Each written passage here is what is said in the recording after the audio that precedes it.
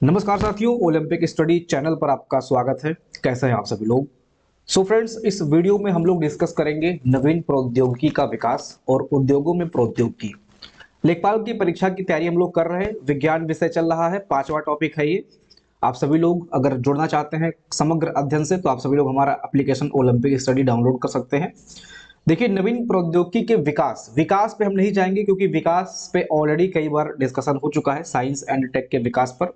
आज हम बात करेंगे हम जो दैनिक दिनचर्या में प्रौद्योगिकी यूज कर रहे होते हैं या उद्योगों में जो प्रौद्योगिकी यूज हो रहा है इसके बारे में हम बात करेंगे। यानी कि आजकल की जो प्रमुख टेक्नोलॉजी है, जैसे आपका एआई हो गया, एआई के बारे में हम बात करेंगे। इसके अलावा ब्लॉकचेन के बारे में बात करेंगे। इसको हम लोग फाइनेंस टेक यानी कि फिनटेक में यूज करते हैं और मेनली क्रिप्टो करेंसी वगैरह में सिक्योरिटी के लिए यूज करते हैं ब्लॉकचेन का। इसके अलावा दोस्तों हम क्वांटम कंप्यूटिंग के बारे में जानेंगे। क्वांटम कंप्यूटिंग जो हम लोग कंप्यूटर यूज करते हैं इससे काफी अलग है। क्वांटम कंप्यूटर की जो स्पीड होती है वो इन कंप्यूटर से काफी ज्यादा तेज होती है। जैसे ये कंप्यूटर 01 पे काम कर रहे होते हैं, ऐसे जो क्वांटम कंप्यूटर होता है वो क्वांटम फिजिक्स पे काम कर रहा होता है। तो इसके बारे में जानेंगे। इसके अलावा इंटरनेट ऑफ थिंग्स यानी कि जो कि इंटरनेट से रिलेटेड थिंग्स है यानी कि आईओटी है, जिसका सिलेबस आपके कंप्यूटर सेक्शन में भी दिया हुआ है, उसको हम लोग देखेंगे। इसके अलावा हम लोग 5G के बारे में डिस्कस करेंगे। 5G जो आजकल नेटवर्क यूज हो रहा है। अभी तो गांव में 4G ही यूज हो रहा है। अधिकांश गांव में अभी 4G ही चल रहा है, लेकिन थोड़ा सा भी जो शहर जहां पे शहरीकरण हुआ है या जहां पे नगर पंचायत वगैरह हुआ है या मैक्सिमम जगह पे देखेंगे तो आप एयरटेल का, इसके अलावा वोडाफोन का 5G या फिर जियो का 5G आ चुका है। रूरल क्षेत्रों में अभी भी 4G ही चल रहा है। ठीक है, तो इन सारी चीजों पे हम बात करने वाले। स्टार्ट करते हैं एआई से यानी कि आर्टिफिशियल इंटेलिजेंस से। ठीक है, देखिए आर्टिफिशियल इंटेलिजेंट के अगर हम मार्केट की बात करें तो इंडिया में जो टेक का मार्केट है ये टोटल 350 बिलियन डॉलर का है। 350 बिलियन डॉलर का टेक्नोलॉजी का मार्केट है। मतलब टोटल टेक्नोलॉजी जो इंडिया में है उसका कुल मार्केट इस समय 350 बिलियन डॉलर है। इस 350 बिलियन टेक इंडस्ट्री में 28 बिलियन डॉलर 28 बिलियन डॉलर की इंडस्ट्री ऐसी हो चुकी है जहां पर हम किसी न किसी रूप में एआई का यूज कर रहे हैं। और ये जो ग्रोथ है, ये जो 28 आप देख रहे हो, आपको लग रहा होगा कि अभी तो बहुत कम है, लेकिन ये जो ग्रोथ है ये कंपाउंड इंटरेस्ट के हिसाब से बढ़ रहा है। यानी कि 45 CAGR 45 CAGR के हिसाब से ये एनुअली ग्रोथ हो रहा है। यानी कि अगर आज 100% एआई का यूज हो रहा है तो अगले साल 145% होगा। इसके बाद में कंपाउंड लगेगा तो अगले साल 210% यूज होने लगेगा। यानी कि ये जो 28 बिलियन डॉलर आप देख रहे हैं ये कब 100 बिलियन डॉलर क्रॉस कर जाएगा इसका पता भी नहीं चलेगा आने वाले मात्र 1 से 2 साल के अंदर, क्योंकि कंपाउंड लग रहा है। 45% CAGR से इसका ग्रोथ हो रहा है। और 80% एंटरप्राइजेस ऐसे हैं, 80% इंटरप्राइजेस का मतलब यह है कि 87% इंटरप्राइजेस ऐसे हैं या टेक इंडस्ट्री ऐसी है जहां पर अब एआई का यूज हो रहा है। अगर हम बात करें ऐसे सेक्टर जहां पर हम एआई का यूज कर रहे हैं तो आप सभी को पता होगा एडटेक इंडस्ट्री। एडटेक इंडस्ट्री यानी कि एजुकेशनल इंडस्ट्री में एआई का अब बहुत अच्छे से यूज हो रहा है। जितने टीचर्स आप देख रहे होते हैं, पढ़ा रहे होते हैं आपको, वो कहीं ना कहीं अपना जो तथ्य होता है, अपना जो सर्च होता है, रिसर्च होता है, वो अब एआई के माध्यम से कर रहे हैं। स्टूडेंट्स को अगर प्रॉब्लम आती है तो वो एआई पे सर्च करता है, या जो भी थोड़ा सा भी अगर शिक्षित व्यक्ति है उसको अपनी दैनिक दिनचर्या में कुछ इश्यू आ रहा है, प्रॉब्लम आ रहा है, कुछ वो जानना चाहता है तो वो अब क्या कर रहा है, एआई पे ही सर्च कर रहा है। यानी कि एडटेक इंडस्ट्री एआई के माध्यम से बहुत ज्यादा बूम करने वाली है। इसके अलावा दोस्तों हेल्थ टेक में भी एआई का यूज हो रहा है। अभी तक मैटर था कि डॉक्टर से अस्पताल, अस्पताल से डॉक्टर, इस टाइप की चीजें होती थी, लेकिन अब एप्लीकेशंस पे जो जैसे एप्लीकेशन आ गए, ई संजीवनी के बारे में मैंने पिछले क्लास में डिस्कस किया था।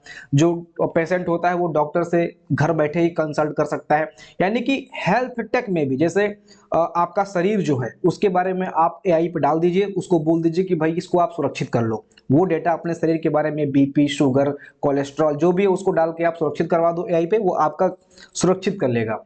बाद में क्या होता है, कुछ भी आप करते हो उसमें कुछ परिवर्तन होता है, तो उस हिसाब से अपना जो हेल्थ रिकॉर्ड है उसको आप देख सकते हो।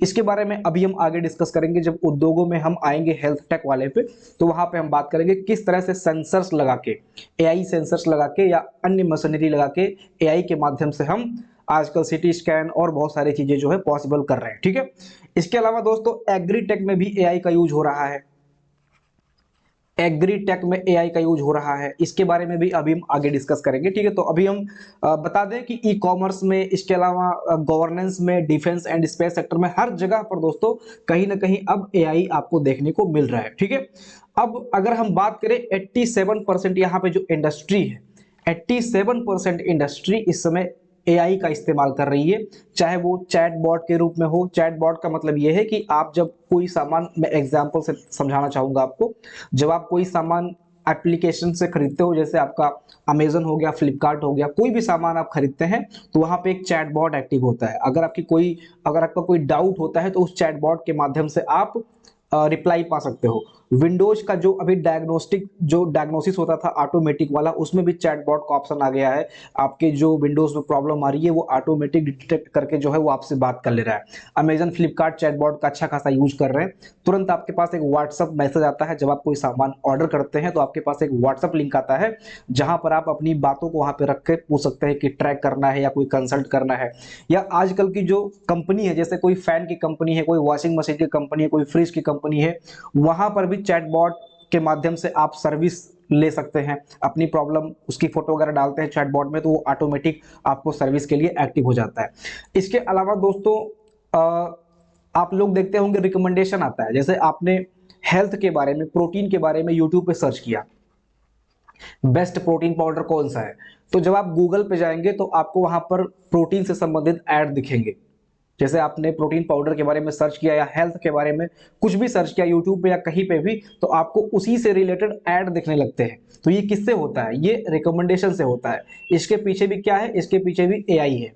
इसके अलावा दोस्तों फ्रॉड डिटेक्शन, बैंकिंग में एआई के माध्यम से फ्रॉड डिटेक्शन का जो है अभी ये चीजें कैलकुलेट होने लगी है। फेस रिकॉग्निशन, एआई आपके फेस को पहचानता है। डेटा एनालिटिक में भी एआई का अब जो है काफी ज्यादा, डेटा एनालिटिक के माध्यम से जो है एआई को बूस्ट किया जा रहा है। इसलिए इंडिया में अभी डेटा साइंटिस्ट, यानी कि डेटा साइंटिस्ट की डिमांड बहुत ज्यादा है। ठीक है, तो ये सारी चीजें हैं जिसमें एआई का यूज हो रहा है। अगर हम बात करें एआई में नवाचार की, यानी कि इनोवेशन की बात करें हम एआई में, तो एआई में इस समय टोटल 86,000 पेटेंट हैं। 86,000 पेटेंट का मतलब ये है कि 2010 से लेकर 2025 के बीच में कुल 86,000 पेटेंट एआई के माध्यम से हो चुकी हैं। एआई फाइल फिल हो चुकी है जिनका पेटेंट लोगों ने करवा लिया है कि भाई ये मेरा काम है, ये मेरी इंडस्ट्री है, ये फैसिलिटी मैं दे रहा हूं एआई के माध्यम से, वो कोई और नहीं देगा।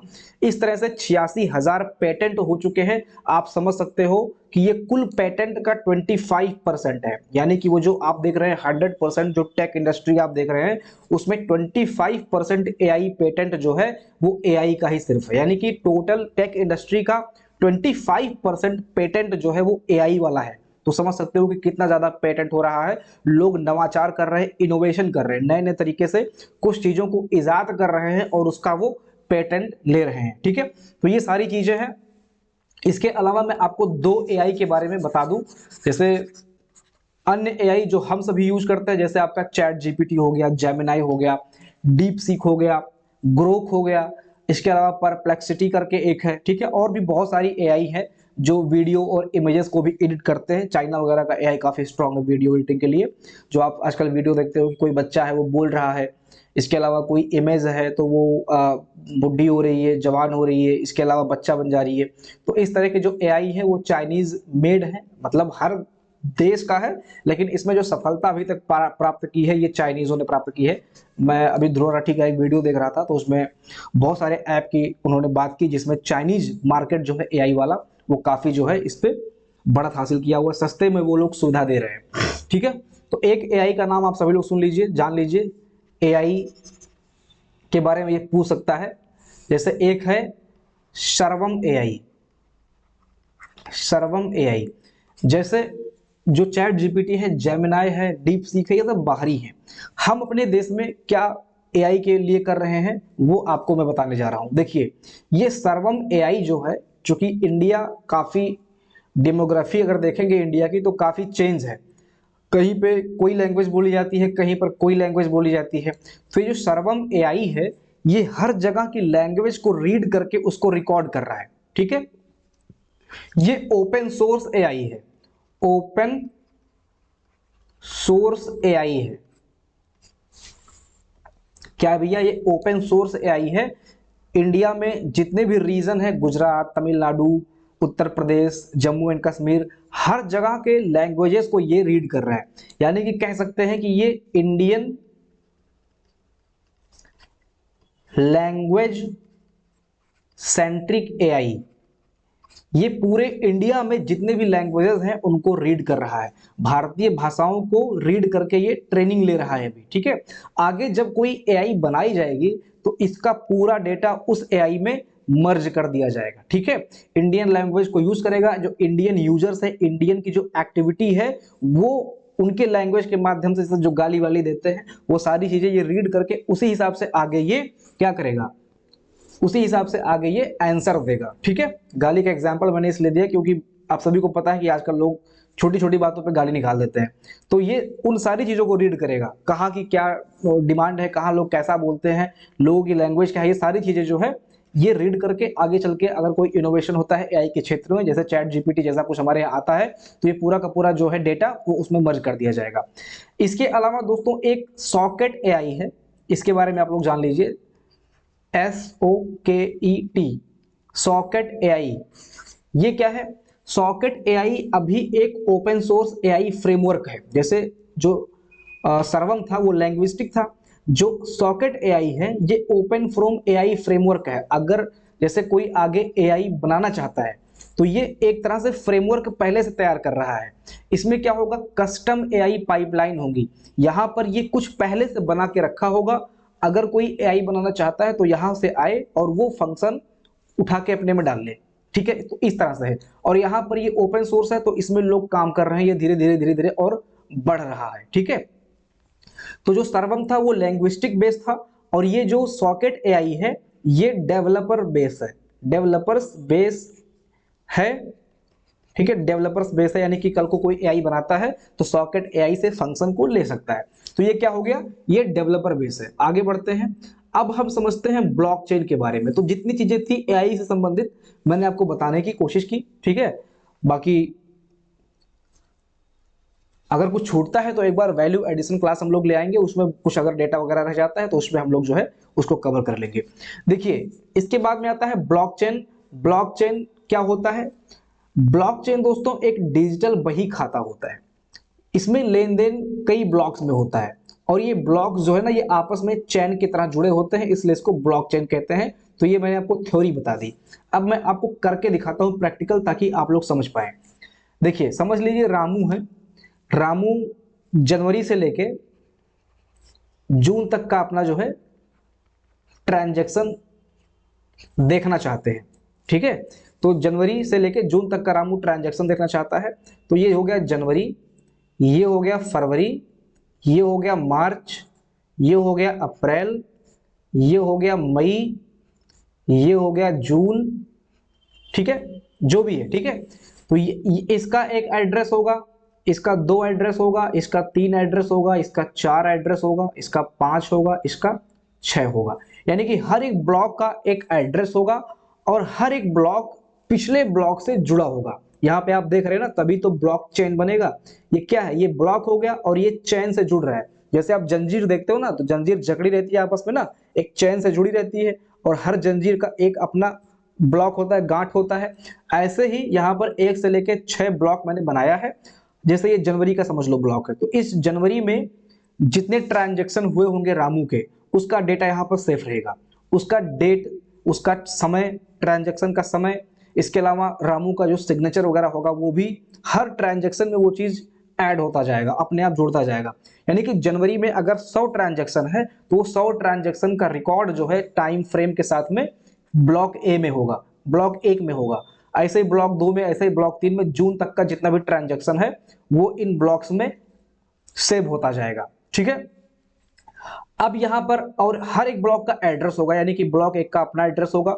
अब वो एड्रेस मैंने यहाँ पे 1 2 3 लिख रखा है, लेकिन वो एड्रेस इसको हैश बोलेंगे ब्लॉकचेन के भाषा में, तो वो 2HPCN ऐसे करके हो सकता है या डिजिट में हो सकता है।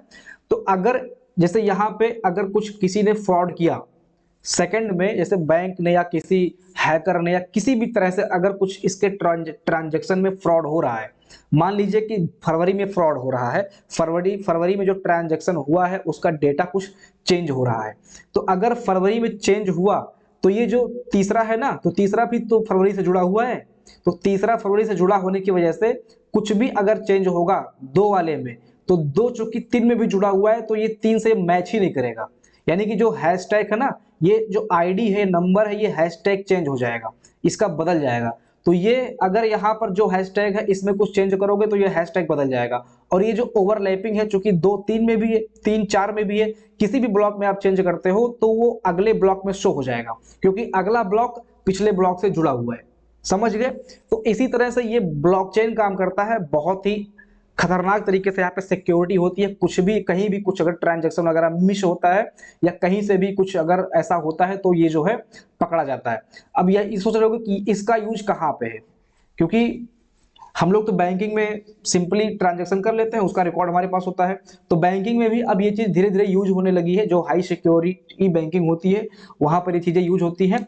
बाकी आपने दोस्तों क्रिप्टो करेंसी का नाम सुना होगा, क्रिप्टो करेंसी। तो क्रिप्टो करेंसी एक ओपन सोर्स है, आपको पता होगा, ओपन सोर्स कह सकते हैं, या कि ये डिजिटलाइज्ड करेंसी है, मतलब कोई इसका नगद फॉर्म नहीं होता है, और इसका कोई ऐसे कह नहीं सकते कि ये कहां से लॉगिन हो रहा है, कहां से पैसा ट्रांजैक्शन हो रहा है। गवर्नमेंट का इस पे कंट्रोल नहीं है, ठीक है, गवर्नमेंट का कंट्रोल नहीं है, तो लोग क्या करते हैं कि इसका कहीं गलत इस्तेमाल कर लेते हैं या कुछ भी करके, मतलब क्रिप्टो करेंसी का नियंत्रण जो है ये ब्लॉकचेन के माध्यम से रखा जाता है, क्योंकि क्रिप्टो करेंसी में बहुत लोगों के करोड़ों अरबों रुपए सेव हैं, तो उनका रुपया कहीं वेस्ट ना हो, और वहां पर जो नियंत्रण है, क्योंकि सरकार का नियंत्रण तो वहां पे है नहीं, आरबीआई का या किसी भी गवर्नमेंट संस्था का नियंत्रण वहां पे नहीं है, तो ये ब्लॉकचेन का जो उपयोग है ये क्रिप्टो करेंसी में अच्छे से यूज होता है, क्योंकि वहां पर फ्रॉड ना होने पाए, इसलिए ये क्रिप्टो करेंसी वाले में ब्लॉकचेन का उपयोग अत्यधिक रूप में होता है। समझ गए पूरा ब्लॉकचेन का कंसेप्ट, इसका नाम ब्लॉकचेन क्यों पड़ा, ठीक है। बाकी दोस्तों ब्लॉकचेन का और भी जगह पे यूज है, जैसे आपका बैंकिंग सिस्टम, जैसा कि मैंने आपको बताया, जमीन के रिकॉर्ड को मेंटेन करने के लिए भी ब्लॉकचेन सिस्टम का उपयोग होता है, क्योंकि जमीन एक सेंसिटिव मुद्दा है, किसी के रिकॉर्ड में कितना क्षेत्र है ये सब चेंज ना होने पाए, तो वहां पे भी ब्लॉकचेन का यूज होता है। सप्लाई चेन, वोटिंग सिस्टम भी क्या है, एक नेशनल बहुत सेंसिटिव मुद्दा होता है वोटिंग सिस्टम, वहां पे भी ब्लॉकचेन का उपयोग होता है। अगर एक जगह पर गड़बड़ी होती है तो पिछला रिकॉर्ड जितना भी होता है वो आपको बता देता है, या अगले रिकॉर्ड में आपको पता चल जाता है कि कहीं पर वोट का हेरफेर हुआ है। सप्लाई चेन, मेडिकल रिकॉर्ड, इसके बाद में सर्टिफिकेट वेरिफिकेशन, जैसे किसी संस्था का अगर सर्टिफिकेट वेरिफिकेशन है, कोई संस्था अगर सर्टिफिकेट, जैसे आपके डीवी वगैरह हो गया सिंपल, वहां पे भी कहीं ना कहीं ब्लॉकचेन का उपयोग हो रहा होता है। अब हम पढ़ेंगे इंटरनेट ऑफ थिंग्स, ठीक है। इंटरनेट ऑफ थिंग्स का मतलब यह है कि ऐसी थिंग्स, ऐसी डिवाइसेस जो इंटरनेट से कनेक्ट हो, जैसे आजकल स्मार्ट कैमरे आ गए हैं, स्मार्ट कैमरा, अब ये क्या है, ये इंटरनेट से कनेक्ट है, ठीक है। इसके बाद स्मार्ट वॉच आप पहनते हो, स्मार्ट वॉच, ये भी इंटरनेट से कनेक्ट है, ठीक है। तो ऐसी डिवाइसेस जो इंटरनेट से कनेक्ट हो, जैसे आपका स्मार्ट मीटर भी आता है, स्मार्ट मीटर, स्मार्ट सेंसर, ये सब क्या है, ये सब इंटरनेट से कनेक्टेड हैं। तो ऐसी डिवाइसेस जो इंटरनेट से कनेक्टेड हों उनको हम कहते हैं इंटरनेट ऑफ थिंग्स। बाकी इसके बारे में डिटेल में हम लोग कंप्यूटर साइंस वाले सेक्शन में पढ़ेंगे, जो आपका 15 मार्क्स का वेटेज है, तो वहां पर हर एक डिवाइस के बारे में हम लोग डिटेल में जानेंगे। एक दोस्तों होता है इंटरनेट ऑफ एवरीथिंग, ये क्या है, एक ये है इंटरनेट ऑफ थिंग्स और ये है इंटरनेट ऑफ एवरीथिंग्स। जैसे इंटरनेट ऑफ एवरीथिंग्स का मतलब यह है कि जब डिवाइसेस के साथ साथ व्यक्ति भी, यानी कि पीपल भी इंटरनेट के साथ कनेक्ट हो जाए तो उसको कहते हैं इंटरनेट ऑफ एवरीथिंग, ठीक है। तो यहां पर क्या होता है, जैसे आप स्मार्ट वॉच पहनते हो और जब आप पैदल चलते हो तो वहां पे जो एप्लीकेशन वगैरह होता है या जो सेंसर्स लगे होते हैं स्मार्ट वॉच में, वो आपके पैदल चलने वाले कदम को मेजर कर लेते हैं कि आपने कितना चला है, 10,000 पैदल चले हो कदम या 5000 कदम आप चले हो, तो आपके हार्ट बीट और ब्लड सर्कुलेशन को देखते हुए वो सेंस कर लेता है, या आप जो चलते हो तो जो प्रेस होता है, जो हिलता है, उस सेंसर के हिसाब से वो मेजर कर लेता है कि आप कितने कदम चल रहे हैं। तो आप भी क्या हुआ, आप भी इंटरनेट से जुड़ गए हैं। आपके अंदर की चीजें, हार्ट बीट, ब्लड सर्कुलेशन, आपकी सोचने की क्षमता, सारी चीजें तो इंटरनेट पे आ गई हैं एआई के माध्यम से। तो ये क्या हो गया, अभी ये इंटरनेट ऑफ थिंग्स की जगह पर अब हो गया है इंटरनेट ऑफ एवरीथिंग। आजकल जो इंडस्ट्री चल रही है, ठीक है, आजकल की जो इंडस्ट्री चल रही है, इसको कहते हैं इंडस्ट्री 4.0। इसके पहले 1 से स्टार्ट हुआ था, इंडस्ट्री 1, इंडस्ट्री 2, इंडस्ट्रियल रिवॉल्यूशन बोल सकते हैं इनको। तो जो इंडस्ट्री 1 था उसमें भाप इंजन बना था। इंडस्ट्रियल रिवॉल्यूशन की अगर हम बात करें तो उस टाइम पे पहले भाप इंजन बना था। भाप इंजन के साथ में कोयले से चलने वाली जो ट्रेनें हैं या गाड़ियां हैं या जो भी इंजन वगैरह बनते थे, बेसिकली वो सब भाप और कोयले पे आधारित थे। ये इंडस्ट्री फर्स्ट टाइम था जब आपका जेम्स वाट ने भाप इंजन खोजा था। इसके बाद में इसको बिजली से चलने वाले में कन्वर्ट कर दिया गया, जैसे जो ट्रेन वगैरह हो गई, ये फिर क्या हो गई, ये बिजली से चलने लगी, ठीक है, बिजली से डिवाइसेस ऑन होने लगे। इसके बाद में कंप्यूटर आ गया, पहले भाप था, फिर बिजली आया, फिर इंडस्ट्री 3 आई जिसमें कंप्यूटर का यूज होने लगा। कंप्यूटर बेसिस सारी चीजें हो गई, मतलब जो पैनल वगैरह है, जैसे ट्रेन चल रही है तो उसका जो मेन पैनल है वहां पे कंप्यूटर से सारी ट्रेनों को ट्रैक किया जाने लगा। मतलब हर जगह पे कंप्यूटर घुसा दिया गया, ठीक है, कुछ भी काम करना है तो वहां पर फोन, कंप्यूटर, ये हो गया। इसके बाद में अभी जो टाइम चल रहा है वो स्मार्ट फैक्ट्री का चल रहा है। स्मार्ट फैक्ट्री, ये इंडस्ट्री रिवॉल्यूशन 4 है, ठीक है, ये 4.0 है। ये थर्ड था जिसमें कंप्यूटर आया। सेकंड इंडस्ट्री रिवॉल्यूशन में बिजली आ गया था। फर्स्ट वाले में वही भाप और कोयले से चलने वाले इंजन थे। तो अभी जो इंडस्ट्री 4.0 चल रहा है, इसमें ये स्मार्ट फैक्ट्रीज हो चुकी हैं। इन फैक्ट्रीज में, इन उद्योगों में अब एआई और इंटरनेट ऑफ थिंग्स का यूज होने लगा है। ये जो इंटरनेट ऑफ थिंग्स आप पढ़ रहे हो, यही इंटरनेट ऑफ थिंग्स जो है अब फैक्ट्रीज में होने लगा है। इसके बाद जो आएगा इंडस्ट्री 5.0। 5.0 में क्या होगा, इसमें जो है ह्यूमन, जो एआई है वो एकदम से ह्यूमन की तरह बिहेव करने लगेगा। यानी कि ह्यूमन का एक तरह से अवतार बना दिया जाएगा। जैसे मैं हूं तो मेरा एक अवतार वो एआई को डायरेक्ट करेगा, या जो जो इंडस्ट्रियल वर्क है उनको देखेगा। यानी कि मानव केंद्रित उद्योग हो जाएगा जिसमें सीधे सीधे अवतार काम कर रहा होगा। यानी कि एक मानव, मतलब मेरा कॉपी हो जाएगा, वो पूरा का पूरा देख रहा होगा। तो हो सकता है कि मैं कुछ और काम देख लूं, यानी कि एक ही इंसान दो तरह से काम करने लगेगा। तो ये इंडस्ट्री 5.0 के अंतर्गत होगा। ये अभी चल रहा है, अभी इस पे रिसर्च चल रहा है। अभी का जो टाइम है वो इंडस्ट्री 4.0 चल रहा है, जिसमें इंटरनेट ऑफ थिंग्स का उपयोग जो है वो इंडस्ट्रीज में हो रहा है, ठीक है। इसके बाद में आपका आता है 5G। 5G क्या होता है, हाई स्पीड इंटरनेट देता है लो लेटेंसी के साथ। इसके पहले आप लोगों ने 4G यूज किया है, अभी 4G ही यूज कर रहे होंगे। जो गांव क्षेत्र में होंगे उनका तो 4G चल रहा है। अब शहरों में 5G आ चुका है। जो 4G है वो 5G से थोड़ा कम होता है। और 5G में क्या होता है कि अब जब जब आप कई सारे डिवाइसेस को कनेक्ट करते हैं, फिर भी उसकी स्पीड लो नहीं होती है, हाई स्पीड होती है लो लेटेंसी के साथ में, ठीक है। और मैसिव कनेक्टिविटी होती है 5G वाले में। यहाँ पर आप देख सकते हैं भारत में विकास 5G से 14 मिलियन जॉब्स 2026 तक इंडिया में होगा। उदाहरण की बात करेंगे तो telecom, smart cities, autonomous vehicles. Current data में देखेंगे तो 2026 में 5G AI integration, cyber security challenge. तो ये सारी चीजें 5G के अंतर्गत है। बहुत ज्यादा इसमें जानने वाली ऐसी कोई बहुत ज्यादा चीज है नहीं, ठीक है। इसके बाद में जो आपको जानना चाहिए वो है क्वांटम कंप्यूटिंग। तो ये क्वांटम कंप्यूटिंग क्या है, इसको बहुत अच्छे से समझते हैं। क्वांटम कंप्यूटर क्या होते हैं, देखिए, एक होता है हमारा कंप्यूटर, बेसिक बेसिक कंप्यूटर होता है एक, और एक है, समझ लो यहां पर है क्वांटम कंप्यूटर। क्वांटम कंप्यूटर, तो जो बेसिक कंप्यूटर होता है ये बिट पर काम करता है। बेसिक कंप्यूटर बिट पे काम करता है। और जो क्वांटम कंप्यूटर होता है ये जिस पे काम करता है इसको हम कह देते हैं क्यूबिट। क्यू फॉर क्वांटम और बिट फॉर बिट। तो बिट यही से लिया गया है, क्यूबिट इसको बोल देते हैं। क्वांटम कंप्यूटर में क्यूबिट हो गया और बेसिक कंप्यूटर में जो है वो बिट हो गया। अब बिट यहां पर क्या होता है, यहां पर जो बिट होता है वो 0 या 1, स्विच ऑन या स्विच ऑफ। 0 बोले तो ऑफ होता है, 1 बोले तो ऑन होता है। तो 0 एंड 1 जिसको बाइनरी डिजिट कहते हैं, इसी डिजिट पे जो है ये बेसिक कंप्यूटर काम कर रहा होता है। और जो क्यूबिट होता है ये या तो 0 पे करेगा या तो 1 पे करेगा। और जो क्वांटम कंप्यूटर होगा वो 0 और 1 दोनों पर एक साथ काम कर रहा होता है। दोनों पर एक साथ ये काम कर रहा होता है, क्या? क्वांटम कंप्यूटर दोनों पर एक साथ काम कर रहा होता है। ठीक है, एक सेकेंड ऊपर थोड़ा कर दो तो छुप जाएगा अभी। यहां पे ये जो सामान्य कंप्यूटर होता है ये लीनियर कैलकुलेशन करता है। लीनियर कैलकुलेशन मतलब लाइन बाय लाइन, पहले एक ब्लॉक, फिर दूसरा ब्लॉक, फिर तीसरा ब्लॉक, फिर चौथा ब्लॉक। लेकिन ये जो क्वांटम कंप्यूटर होता है ये पैरेलल कैलकुलेशन करता है। पैरेलल कैलकुलेशन कहने का मतलब ये, अगर कई ब्लॉक हैं उनका कैलकुलेशन करना है, ब्लॉक्स को चेक करना है, 100 ब्लॉक है तो 100 ब्लॉक को वो एक साथ में चेक करेगा।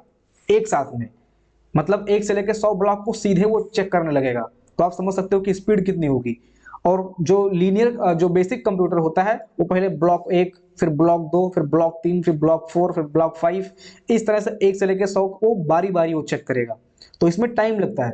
लेकिन जो क्वांटम कंप्यूटर होगा वो सीधे शुरू करेगा, 1 से लेकर 100 तक के ब्लॉक को उठा लेगा और सबको एक बार में ही चेक करने लगेगा। ठीक है, तो ये होता है क्वांटम कंप्यूटर और इसकी स्पीड बहुत ज्यादा रहने वाली है जो बेसिक कंप्यूटर होता है उससे। और धीरे धीरे ये टेक्नोलॉजी धीरे धीरे आने वाली है। जैसे जो क्यूबिट है ये जीरो या तो होगा या तो 1 होगा। और ये जो बिट है ये 0 होगा या तो 1 होगा। और ये जो क्वांटम वाला बिट होता है जिसको हम क्यूबिट कहते हैं ये 0 + 1 दोनों होगा। हाफ 0 हाफ 1, जैसे कह सकते हैं आधा 0 आधा 1। ये 0 1 भी हो सकता है, आधा 0 आधा 1, ये 1 0 भी हो सकता है। यानी कि ये डेटा जो है कभी भी चेंज हो सकता है। इसलिए जो नीड होगी, जैसी नीड होगी उसी हिसाब से ये चेंज कर लेगा। इसको बोलते हैं सुपर पोजिशन। सुपर पोजिशन, ठीक है। इसके बाद में इसके 3 सिद्धांत हैं। इन तीनों सिद्धांतों को आप लोग समझ लीजिए। जो क्यूबिट और जो क्वांटम कंप्यूटर होता है ये 3 सिद्धांतों पे काम करता है, जैसा कि मैंने आपको बोला।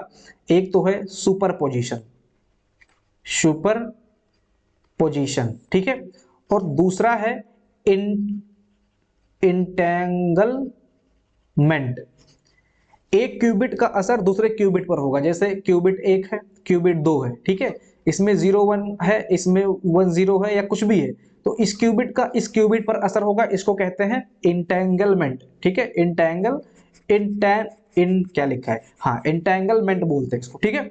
इसका जो तीसरा सिद्धांत है क्वांटम कंप्यूटर का, यह है क्वांटम इंटरफेरेंस, ठीक है। Quantum interference. और जो सुपर पोजिशन है वो ये है कि 1 0 1 1 जो है ये कई अवस्थाओं में हो सकता है। मतलब 0 1 हो सकता है और 1 0 हो सकता है। ये 0 1 0 1 0 1 कुछ भी अपने हिसाब से जो है नीड जैसी होगी वो चेंज कर लेगा। बाइनरी में क्या था, या तो 0 या तो 1। और इसमें क्या है, ये हाफ 0 हाफ 1 भी हो सकता है, ऐसे करके, ठीक है। तो ये 3 सिद्धांत हैं क्वांटम कंप्यूटर के जो कि आपको जानने चाहिए, ठीक है। अब हम आते हैं और कुछ चीजें आपको जाननी है इसमें देख लीजिए आप कुछ यहाँ पे, एक सेकेंड। ये जो आंध्र प्रदेश है ना, आंध्र प्रदेश के अमरावती में भारत का पहला क्वांटम वैली विकसित किया जा रहा है। तो ये फैक्ट है, इसको भी आप लोग जानिए। क्वांटम वैली कहां पर विकसित किया जा रहा है, तो आंध्र प्रदेश के अमरावती में पहला क्वांटम वैली विकसित किया जा रहा है, जिसमें 133 क्यूबिट क्वांटम कंप्यूटर 2026 तक स्थापित किए जाने का लक्ष्य है। 2026 तक यानी कि दिसंबर 2026 तक 133 क्यूबिट कंप्यूटर जो है स्थापित किए जाने का काम या लक्ष्य चल रहा है। यह राष्ट्रीय क्वांटम प्रौद्योगिकी इकोनॉमिक्स को मजबूत करेगा, ठीक है। इसके बाद में आप देख सकते हैं भारत का क्वांटम मार्केट 2024 में $1 बिलियन, 2032 तक $7 बिलियन का हो जाएगा। इसके अलावा आंध्र प्रदेश में पहला बताया, जैसा कि मैंने आपको, करंट 2030 तक 2.5 लाख प्रोफेशनल की जो है डिमांड होगी। यानी क्वांटम कंप्यूटर को हैंडल करने के लिए 2030 तक 2.5 लाख प्रोफेशनल्स की जरूरत होगी, जिससे क्या होगा, रोजगार मिलेगा। और एक यहाँ पर एमसीक्यू है, इसको भी देख लीजिए कि दुनिया का पहला open source full stack quantum computer किस संस्था ने विकसित किया? तो यहाँ पर आपका होगा यूनिवर्सिटी ऑफ वाटरलू ने इसको डेवलप किया है। दुनिया का पहला open source full stack quantum computer किस संस्था ने विकसित किया? तो यहाँ पर यूनिवर्सिटी ऑफ वाटरलू आपका आंसर हो जाएगा। ठीक है, अब हम आते हैं उद्योगों में प्रौद्योगिकी का उपयोग, यानी कि इंडस्ट्री में प्रौद्योगिकी का क्या उपयोग है, इसको हम लोग देखते हैं। तो जैसा कि मैंने आपको बताया, अभी जो इंडस्ट्रियल टाइम चल रहा है ये इंडस्ट्री 4.0 चल रहा है। 4.0 पहले वाले में भाप एंड कोयला था, दूसरे वाले में बिजली आ गया था, तीसरे वाले में कंप्यूटर था और चौथे वाले में कंप्यूटर, एआई और इंटरनेट ऑफ थिंग्स को जोड़कर जो है इंडस्ट्री 4.0 बना दिया गया है। और 5 वाले में ह्यूमन अवतार वगैरह आ जाएंगे तो वो 5 होगा। तो 5 की अभी चर्चा नहीं करेंगे, यहाँ पे 5 पे भी रिसर्च चल रहा है। ठीक है, जैसे यहाँ पे आप देख सकते हैं 2026 में स्मार्ट फैक्ट्रीज आ जाएंगी। स्मार्ट फैक्ट्रीज क्या होती है इसको समझ लेते हैं। स्मार्ट फैक्ट्रीज, स्मार्ट फैक्ट्री में जो मशीनें होंगी वो खुद डेटा ले लेंगी, उसका एनालिसिस करेंगी, निर्णय लेंगी, खुद सुधार करेंगी। ये क्या होगा? मशीन का अपना एक इंटेलिजेंट सिस्टम होगा, यानी कि डेटा खुद लेना, उसका एनालिसिस करना, निर्णय देना या निर्णय लेना, और अगर कुछ गड़बड़ी होती है तो उसको सुधार करना। तो इसको बोलते हैं स्मार्ट फैक्ट्री। और ये जो फैक्ट्री होगी, ये जो मशीनें होंगी, ये एक तरह से इंटेलिजेंट सिस्टम की तरह काम कर रही होंगी। ठीक है, इसको बोलते हैं स्मार्ट फैक्ट्रीज। तो ये मैन्युफैक्चरिंग इंडस्ट्री में स्मार्ट फैक्ट्रीज का जो कॉन्सेप्ट है ये धीरे धीरे अब बढ़ रहा है। इसके बाद में आप देख सकते हैं यहाँ पे लिखा है IIoT। तो जैसे इंटरनेट ऑफ थिंग्स है ना, तो उसी के आगे आप लगा लीजिए इंडस्ट्रियल इंटरनेट ऑफ थिंग्स। ठीक है, इंडस्ट्रियल इंटरनेट ऑफ थिंग्स, इसमें क्या होगा, एक सेकेंड, हाँ, IIoT industrial internet of things, इसमें क्या होगा, मशीनें आपस में जुड़ी होंगी। जैसे 2-4 मशीनें, 10, 20, 25, 100 मशीनें हैं तो वो आपस में जुड़ी होगी। हर मशीनों में सेंसर लगे होंगे, इंटरनेट कनेक्ट होंगे, रियल टाइम डेटा जो है वो मतलब होगा। तो एक तरह से कह सकते हैं कि स्मार्ट इंडस्ट्री जो होगी उसमें इंटरनेट ऑफ थिंग्स को जब जोड़ेंगे तो उसी को कहते हैं industrial internet of things, IIoT।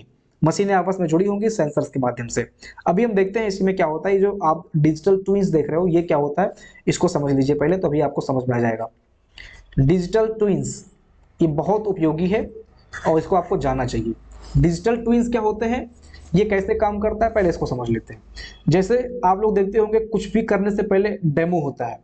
ठीक है, जैसे कार जब बनना होता है तो कार का पहले एक डिजाइन बनता है कि कार का डिजाइन ये रहेगा, पहिया इतने में रहेगा, उसका शीशा इतने में रहेगा, डोर इतने में रहेगा, इंजन यहाँ सेट होगा, इतना स्पेस होगा। ठीक है, बहुत सारी चीजों का पहले क्या करते हैं, एक डमी बनाते हैं, डमी। ठीक है, ट्विंस बनाते हैं एक तरह से कह सकते हैं। तो ये क्या होता है, इसको पहले जब बना लेते हैं तो एक मॉडल हमें मिल जाता है, एक हमें मॉडल मिल जाता है। जैसे असली मशीन पर जो होते हैं, जैसे मैं आपको बताना चाहूंगा, पहले हमने एक मॉडल बना लिया, यहाँ पर एक मॉडल समझ लो, यहाँ पे हमने एक डमी मशीन अगर कोई है, यहाँ पे मशीन एक है जो एक्चुअल मशीन है, और यहाँ पर इस एक मशीन का हमने यहाँ पर डमी बना लिया है। और एक मशीन है, 2 मशीन है, 3 मशीन है। ठीक है, तो इन मशीनों पर पहले हम देखते हैं क्या करते हैं, इन मशीनों पर हम सेंसर लगा लेते हैं। ये सेंसर क्या होते हैं, जैसे जो बड़ी बड़ी इंडस्ट्री होती हैं, जैसे हम बाइक चला रहे होते हैं तो हमको पता है कि हाँ बाइक मेरा 5-6 साल पुराना हो गया है, इसमें पहिया बदलने की जरूरत है, इसमें शीशा बदलने की जरूरत है, इसमें कवर बदलने की जरूरत है। ठीक है, तो छोटी छोटी चीजें होती हैं। बाइक क्या है, छोटी चीजें आप देख सकते हो, उसको अपने टच कर सकते हो। लेकिन जहां पर बड़ी बड़ी मशीनें होती हैं तो उस पर चढ़ के आप बारी बारी थोड़ी देखेंगे कि कौन सा पार्ट घिस गया है, कौन सा पार्ट क्या रिएक्ट कर रहा है, कौन सा पार्ट आगे चल के दब जाएगा या कंपनी में कुछ गड़बड़ हो जाएगी। तो वहां पर क्या होता है, जो बड़ी बड़ी मशीनें होती हैं वहां पे सेंसर्स लगे होते हैं। ठीक है, सेंसर्स लगे होते हैं, वो कैलकुलेट करते हैं कि मशीन का तापमान कितना है। जैसे कहते हैं ना कि मशीन गर्मा गया है, आप पंखा वगैरह चलाते हो गर्मी में तो काफी गर्म हो जाता है, हीट हो जाता है। लैपटॉप चला रहे हो तो वो हीट हो जाता है, तो वहां पे कूलर जो होता है, वो पंखी जो होती है लैपटॉप की, वो चालू हो जाती है। ऐसे ही जो बड़ी बड़ी मशीनें होती हैं, जब वो हीट काफी ज्यादा गर्म हो जाती हैं तो वो सेंसर्स बता देता है कि भैया यहाँ पर मशीन में गर्मी बहुत ज्यादा हो गई है, या यहाँ पर दबाव बहुत ज्यादा है, या मशीन की स्पीड आउट ऑफ कंट्रोल हो गई है, या मशीन का ये पार्ट धीरे धीरे घिस चुका है। ठीक है, तो ये सेंसर्स बताते हैं। और ये तो हो गई मशीन की बात। और ये सेंसर्स कहाँ से कनेक्ट होते हैं? ये लैपटॉप से कनेक्ट होंगे, या ये जो डमी आपने बनाया हुआ है, इस मशीन एक का ये जो डमी आपने बनाया हुआ है, इस सेंसर के माध्यम से ये जो डमी आपने बनाया है, इस डमी में शो होने लगेगा। जैसे बड़ी मशीन है, जैसे आप सैटेलाइट जब बनाते हैं, भेजते हैं उपग्रह वगैरह, तो उसको एक रॉकेट लॉन्चर से लॉन्च करते हो, तो हर चीज का एक डमी बनाया जाता है। जैसे आपने रॉकेट, जैसे आपने सैटेलाइट लॉन्च किया, तो सैटेलाइट तो अंतरिक्ष में चला गया, तो वहां पे जाके कौन देख रहा है कि भाई मशीन में क्या चेंज है, कैसे है, इसमें ये खराब होने वाला है या गर्म हो चुका है या क्या होगा। तो उस सैटेलाइट का भी एक डेमो, जैसे जो भी सैटेलाइट हमने ऊपर भेजा, चंद्रयान 3 भेजा, तो चंद्रयान 3 का एक डेमो नीचे बना के पहले से रखा होगा, और वो सैटेलाइट उससे कनेक्ट होता है। जब यहाँ पर जैसे अब वहां से इंफॉर्मेशन आया कि भाई यहाँ पे कुछ खराबी चल रही है, तो सीधे वहीं पे नहीं सही करने लगते हैं, पता चले जो था वो भी खराब हो गया, पहले उस डमी वाले में चेंज करेंगे, वो मॉड्यूलेशन करेंगे। अगर यहाँ पे सफल रहता है तो वो इंस्ट्रक्ट करते हैं जो वहां पे गए होते हैं, या कंप्यूटर के ही माध्यम से पहले यहाँ पे सही करेंगे, डमी वाले में सही करेंगे, सही रहता है, अच्छे से काम करता है, तो फिर यहाँ पर सही करते हैं। सीधे सैटेलाइट में ही नहीं चेंज कर देंगे, पता चला व्यक्ति उसमें बैठा है, कुछ खराबी हो गई तो फिर गए, क्योंकि वहां पे फिर कोई संभावना नहीं है, अंतरिक्ष में आप कहां चले जाएंगे कोई पता नहीं है। तो यहाँ पर पहले ग्राउंड पर उसको चेक किया जाता है, उसमें सुधार किया जाता है, अगर ये चीजें काम करती है तो फिर सैटेलाइट में वो चीज कर लिया जाता है। इसी तरह से ये डमी काम करते हैं, इसी को बोलते हैं दोस्तों डिजिटल ट्विन्स। जो भी आप काम कर रहे हो उसका एक डमी या ट्विन बना लेना, उसी को बोलते हैं डिजिटल ट्विन्स। ठीक है, तो यह इंटरनेट के माध्यम से सीधे कंप्यूटर को मॉडल भेजता है।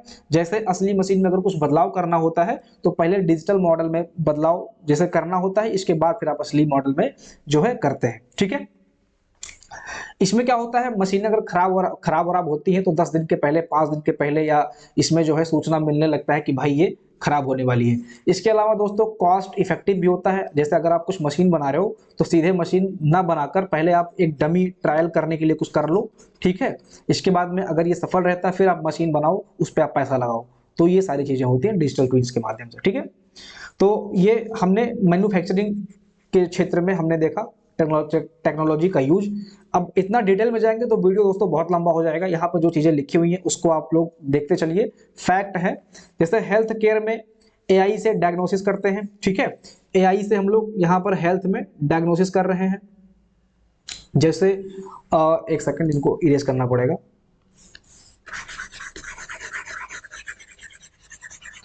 जैसे आप लोग जब डायग्नोस्टिक कराने जाते हो, एक्सरे वगैरह होता है, तो अब क्या हो गया है, जो मशीनें हैं, हेल्थ केयर मशीनें जो हैं या एक्सरे वगैरह जो मशीन होती है, उसमें ऑटोमेटिक एआई सिस्टम फीड कर दिया है। जब आप एक्सरे कराते हो तो वो आपकी बॉडी को स्कैन करके कहीं भी अगर कुछ फ्रैक्चर हुआ होता है तो वो एक्सरे का जो कोड है, मतलब जो एआई का कोड है वहां पर, वो तुरंत आपको बता देगा कि भाई ये पार्ट आपका जो है फ्रैक्चर है, हड्डी टूट गई है। सीटी स्कैन तुरंत वही मशीन ही पढ़ देगा। मतलब आपने स्कैन कराया, आपने रिपोर्ट निकाला, उस रिपोर्ट में एआई ही लिख देगा कि भाई आपको ये प्रॉब्लम है। बीमारी की पहचान तुरंत, यानी कि जो रिपोर्ट होगा वो डॉक्टर चेक नहीं करेगा, रिपोर्ट एआई एनालिसिस कर देगा, रोग का खतरा पहले बता देगा। ठीक है, जैसे और उस रोग से अगर अभी आपको कोई दिक्कत नहीं है, लेकिन भविष्य में अगर कोई दिक्कत होने वाला होता है उस जांच से, तो वो आपको बता देगा कि आपको ये चीजें करनी है। तो इस तरह से जो है एआई डायग्नोसिस बोलते हैं इसको, यानी कि एआई आपका डायग्नोस कर रहा है। एआई रिमोट सेंसिंग से जो है यहाँ पर जैसे शरीर मरीज का शरीर पे कुछ स्मार्ट डिवाइस लगा के उसके हार्ट बीट को मेजर कर लेना, बीपी, शुगर, ये सारी चीजें मेजर करना और डॉक्टर तक सीधे पहुंचा देना, तो ये रिमोट सेंसिंग होता है। ठीक है, इसके अलावा टेलीमेडिसिन, ई संजीवनी के बारे में हमने ऑलरेडी डिस्कस किया है। एआई ड्रिवन हेल्थ एप्स हैं, 2026 में एआई 60% का जो है हेल्थ केयर में वैल्यू देने लगेगा धीरे धीरे करके। ठीक है, आगे बढ़ते हैं। एग्रीकल्चर में आप लोग देखें, यहाँ पे एग्रीकल्चर में आईओटी, सेंसर से पानी, फर्टिलाइजेशन मैनेजमेंट, यानी कि आजकल का जो खेती है वो हल और बैल से नहीं होती है। वैसे अब तो बहुत कम, रेयर ही है कि कहीं पर बैल या हल आपको दिख जाए, अब तो ट्रैक्टर चल रहा है। ठीक है, तो अब इससे भी धीरे धीरे हम लोग आगे बढ़े हैं। अब हम डिजिटल एग्रीकल्चर को फॉलो कर रहे हैं, स्मार्ट फार्मिंग जो है कर रहे हैं, यानी कि स्मार्ट फार्मिंग यानी कि स्मार्ट कृषि, जैसे आप स्मार्ट वर्क करना चाहते हो ऐसे ही एक स्मार्ट फार्मिंग का भी कंसेप्ट आया है। जैसे सेंसर्स यहाँ पे भी काम कर रहे होते हैं जो इंटरनेट से जुड़े होते हैं। आपकी खेत है, आपके खेत में जहाँ पे कहीं पे भी आपको सेंसर सेट करना है, सेट कर सकते हैं। तो वो मिट्टी की नमी बता देगा कि मिट्टी में नमी कितनी है, ठीक है। इसके अलावा मिट्टी का तापमान बता देगा, ठीक है। इसके अलावा मिट्टी का पीएच लेवल बता देगा, मिट्टी में कितने पोषक तत्व हैं ये भी इंफॉर्मेशन दे देगा। सेंसर आपने सेट किया, पूरी मिट्टी का, पूरे खेत का इंफॉर्मेशन आपके पास आ गया। तो अब इससे क्या फायदा होगा, इससे आप फसल के उत्पादन का अनुमान लगा सकते हैं कि भाई इस साल फसल होगा कि नहीं। फसल उत्पादन का आप क्या कर सकते हैं, अनुमान लगा सकते हैं। मौसम के आधार पर कृषि कर सकते हैं, मौसम के आधार पर आप लोग कृषि कर सकते हैं। रोग है, कीट है, उसकी फोटो डाल के सीधे आप बोलो क्या है ये, तो तुरंत आपको रोग और कीट का पहचान आपको बता देगा। सही समय पर सिंचाई का सुझाव दे देगा। तो ये सारी चीजें क्या है, ये सारी चीजें अब एआई बेस्ड क्रॉप जो है स्मार्ट क्रॉपिंग या स्मार्ट खेती इसको कह सकते हैं, होने लगा है, ठीक है। इसके अलावा ड्रोन टेक्नोलॉजी के माध्यम से कृषि कीटनाशक छिड़काव होता है, फसल का सर्वे हम लोग कर सकते हैं। इसके बाद में कुछ बीज वगैरह स्प्रे करना है, बीच बीच में कुछ खाद वगैरह डालना, स्प्रे करना है, तो वो भी हम कर सकते हैं। यानी कि सारी की सारी चीजें दोस्तों अब क्या हो गई हैं, मोबाइल एप्लीकेशन पर या इंटरनेट के माध्यम से हम लोग जान सकते हैं। जैसे मोबाइल एप्लीकेशन के माध्यम से आजकल मंडी का जो भाव है उसका भी पता किया जाता है, ताकि किसानों को सही रेट मिल पाए। मंडी के भाव का पता कर सकते हैं, मौसम का अपडेट कर सकते हैं कि अगले 1 महीने में बारिश होगी या नहीं होगी, किसान खेत सींचे कि नहीं सींचे। पता चले आज उसने 1000 रुपए का खेत सींच दिया, अगले 4 दिन में बारिश हो गई, तो मौसम का अपडेट भी आपको एआई के माध्यम से मिल जाएगा। सरकारी योजनाएं जो आती है कृषि से रिलेटेड, उसकी जानकारी आपको एआई के माध्यम से मिल जाएगी, ठीक है। इसके बाद में कोई बीमा है, सब्सिडी है, इन सारी चीजों के बारे में आपको एआई से मिल जाएगा। किसान मित्र, डिजिटल किसान मित्र एक ऐप है, उस पर ये सारी चीजें आपको देखने को मिल सकती है, ठीक है। इसके बाद में अब हम आते हैं एनर्जी एंड क्लाइमेट चेंज पे, एनर्जी एंड क्लाइमेट टेक पे आते हैं। इसमें क्या है, इसमें स्मार्ट एनर्जी पे काम हम लोग कर रहे हैं। जैसे आजकल स्मार्ट मीटर लग रहा है, बिजली का स्मार्ट मीटर लग चुका है। अभी तो आप क्या नहीं लगा होगा, अगर देखेंगे तो जो जहां पर प्राइवेटाइजेशन हो गया है जिन सेक्टर्स में, वहां पे स्मार्ट मीटर अब लग रहा है। मींस जितना आप पेमेंट करेंगे, पेमेंट आपसे पहले ले लिया जाएगा। प्रीपेड करवाना चाहते हो या पोस्ट पेड करवाना चाहते हो, दोनों हिसाब से होगा। प्रीपेड में क्या होगा, जैसा आप फोन में करते हो, प्रीपेड आपने कर दिया, 1 महीना चलेगा, इसके बाद में वो बंद हो जाएगा, ठीक है। और डेटा आपने उससे पहले खत्म कर दिया, यानी कि लाइट आपने यूनिट उससे पहले आपने खत्म कर दिया, तो फिर आपको नहीं मिलेगा। या आपको daily basis per unit define कर दिया जाएगा कि आप इतना यूनिट जो है आप डेली बेसिस पर कंज्यूम कर सकते हो। पोस्ट पेड में क्या होगा कि आपको बाद में पेमेंट करना होगा, जितना मन उतना आप यूज कर लो धकाधक। पता चले एसी वेसी चला लो, पंखा कूलर चला लो, 1 महीने बाद बिजली का बिल आपका 5000 आ गया, तो पोस्ट पेड में आपको 5000 बाद में आपको पेमेंट करना पड़ेगा, ठीक है। इससे क्या होगा, इससे कुछ फायदा भी होगा, बिजली की जो मांग है उसका आप अनुमान लगा सकते हैं, ठीक है। इसके बाद में पावर लॉस कम होगा। जैसे अभी क्या होता है, गर्मी के टाइम पे भी बिजली काट देगा, 5-6 घंटे रात में काट देगा, अनावश्यक रूप से जब कभी जरूरत होगी तो उसी टाइम पे काट देगा। तो इससे पावर लॉस कम हो जाएगा। पावर लॉस कम होगा यानी कि बिजली देगा, जितना आप चलाओगे उतना आपको पेमेंट करना होगा, तो इसमें पावर लॉस बहुत कम हो जाएगा, ठीक है। इसके बाद में एनर्जी इफिशियंसी बढ़ जाएगी। जो बिजली कम कभी कभी आपको मिलता है, जैसे आप 100 वाट का बल्ब जब जलाओगे तो आपको 30 वाट की एनर्जी नहीं मिलेगी, 100 वाट के बल्ब में आपको 100 वाट का पूरा लाइट मिलेगा, तो एनर्जी इफिशियंसी भी बढ़ेगा, ठीक है। तो ये सारी चीजें हैं, हम लोग जो है एनर्जी और क्लाइमेट टेक में कह सकते हैं सोलर पावर डेटा सेंटर, जैसे जो डेटा सेंटर्स हम लगाते हैं, इसमें अगर हम लाइट का उपयोग करते हैं, डेटा सेंटर्स का मतलब जैसे फेसबुक का डेटा सेंटर होता है, ट्विटर का होता है, या एआई का डेटा सेंटर होता है, तो डेटा सेंटर में बहुत ज़्यादा बिजली कंज्यूम होता है, उसको स्टोर करने में वहाँ पे पानी बहुत ज़्यादा लगता है। तो अगर हम डेटा सेंटर्स को सोलर पावर कर दें, सोलर पावर्ड कर दें, तो यहाँ पर लाइट का यूज कम हो जाएगा। डेटा सेंटर्स को सोलर एनर्जी से कनेक्ट कर दो, तो सोलर एनर्जी हमेशा जो है उसको काम करती रहेगी। तो ये सारी चीज़ें हैं दोस्तों जो इंडस्ट्री में हम लोग टेक्नोलॉजी का उपयोग कर रहे हैं। अब यहाँ पर कुछ नीतियां हैं और योजनाएं हैं, उसको आप लोग देख लीजिए। जैसे इंडिया एआई मिशन है, तो एआई एडॉप्शन को प्रमोट करने के लिए 10 एआई स्टार्टअप ग्लोबल इनिशिएटिव में जो है, तो ये इसके फायदे क्या हैं? स्केलेबल एआई यानी कि स्केल कर सकते हैं एआई को और बढ़ा सकते हैं, स्टार्टअप को सपोर्ट करने में मदद मिलेगा। बजट 2026 में एआई रिसर्च पर आवंटन और बढ़ा दिया गया है। इसके अलावा नेशनल क्वांटम मिशन, जैसा कि मैंने आपको बताया क्वांटम कंप्यूटर पे बात हो रही है, तो अब क्वांटम मिशन यानी कि नेक्स्ट जनरेशन का जो कंप्यूटर होगा उस पे काम चालू हो गया है। सिक्योरिटी और रिसर्च इस पे चालू हो चुका है। 2026 तक ऑपरेशनल क्वांटम कंप्यूटर, जैसा कि मैंने बताया कि 133 क्वांटम कंप्यूटर 2026 के एंड तक अमरावती यानी आंध्र प्रदेश में जो है वहां पर स्थापित करने की योजना है। डिजिटल इंडिया में सिटीजन्स को इलेक्ट्रॉनिक सर्विसेज, जैसे जो लोग हैं उनको electronic services, agri, health, education में टेक। 2026 में क्लाउड एक्सपेंशन यानी कि जो डेटा स्टोर करते हैं हम लोग इंटरनेट पे, क्लाउड स्टोरेज होता नहीं है, तो उसको थोड़ा और एक्सपेंड किया जाएगा ताकि और लोग उसमें डेटा स्टोर कर सकें और तरीके से डेटा स्टोर किया जा सके। स्टार्टअप इंडिया में फंड यहाँ पे लाने की बात हो रही है। 1.8 लाख स्टार्टअप्स और 89% एआई का यूज इसमें भी हो रहा है। 2026 तक 100 बिलियन डॉलर रिवेन्यू, जैसा कि मैंने स्टार्टिंग में बताया, 350 बिलियन डॉलर रिवेन्यू टेक में होने वाला है। ठीक है।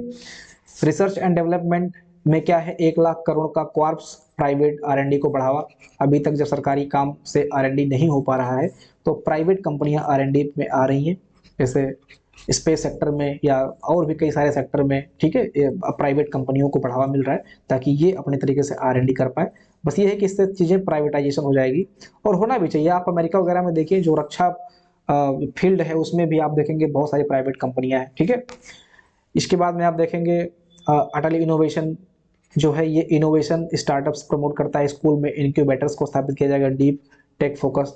तो जो अटल ALT हमने पढ़ा था ना, ALT अटल टिंकलिंग ऐसे करके पिछले सेशन में हमने पढ़ा था, तो वो इसी से कनेक्टेड है। यहाँ पर क्या होगा? स्कूलों में स्किल्स डेवलप की जाएगी, इनोवेशन से संबंधित इंक्यूबेटर्स स्थापित किए जाएंगे जिसमें प्रैक्टिकल लैब वगैरह या AI से संबंधित कंप्यूटर सेटअप, ये सारी चीजें जो है वहां पर स्थापित की जाएंगी। ठीक है। इसके बाद में आईडेक्स है, इनोवेशंस फॉर डिफेंस एक्सीलेंस। तो इसका फुल फॉर्म आप लोग याद रखिएगा, ये महत्वपूर्ण है। आईडेक्स का है इनोवेशन फॉर डिफेंस एक्सीलेंस। ठीक है, innovation for defence excellence, innovation for defence excellence, innovation for defence excellence. ठीक है, तो इसका फुल फॉर्म जरूरी है, इसलिए मैं बार बार रिकॉल कर रहा हूँ। डिफेंस टेक में इनोवेशन से संबंधित MSME और स्टार्टअप को फंडिंग देगा। तो ये आदित्य स्कीम से 30 डीप टेक विकसित, तो ये आदित्य स्कीम भी देख लीजिएगा, टेक्नोलॉजी से रिलेटेड है। ठीक है, तो उतना इंपॉर्टेंट नहीं है, अदरवाइज इसमें मैं दे देता आपको। तो ये कुछ यहाँ पर मैंने कुछ पॉलिसी और नीतियाँ कुछ जो बना हुआ है उनको यहाँ पे लिख रखा है, तो इसको जो है आपको पेड क्लास में दे दिया जाएगा। इस कुछ फैक्ट हैं, इनको आपको देखना है। जो चीज़ें मैंने ऊपर बताई हैं उन्हीं को यहाँ पर फैक्ट के माध्यम से नोट डाउन कर दिया गया है। ठीक है, तो इसको आपको PDF के माध्यम से क्लास में दे दिया जाएगा। बाकी जो कॉन्सेप्ट है इसको मैंने पूरा आपको समझाने की कोशिश की है। आप लोग एप्लीकेशन डाउनलोड करके बैच में इनरोल कर सकते हैं, लेखपाल के समग्र अध्ययन करिए। ठीक है, मिलते हैं नेक्स्ट सेशन में, अपना ध्यान रखिएगा। जय हिंद।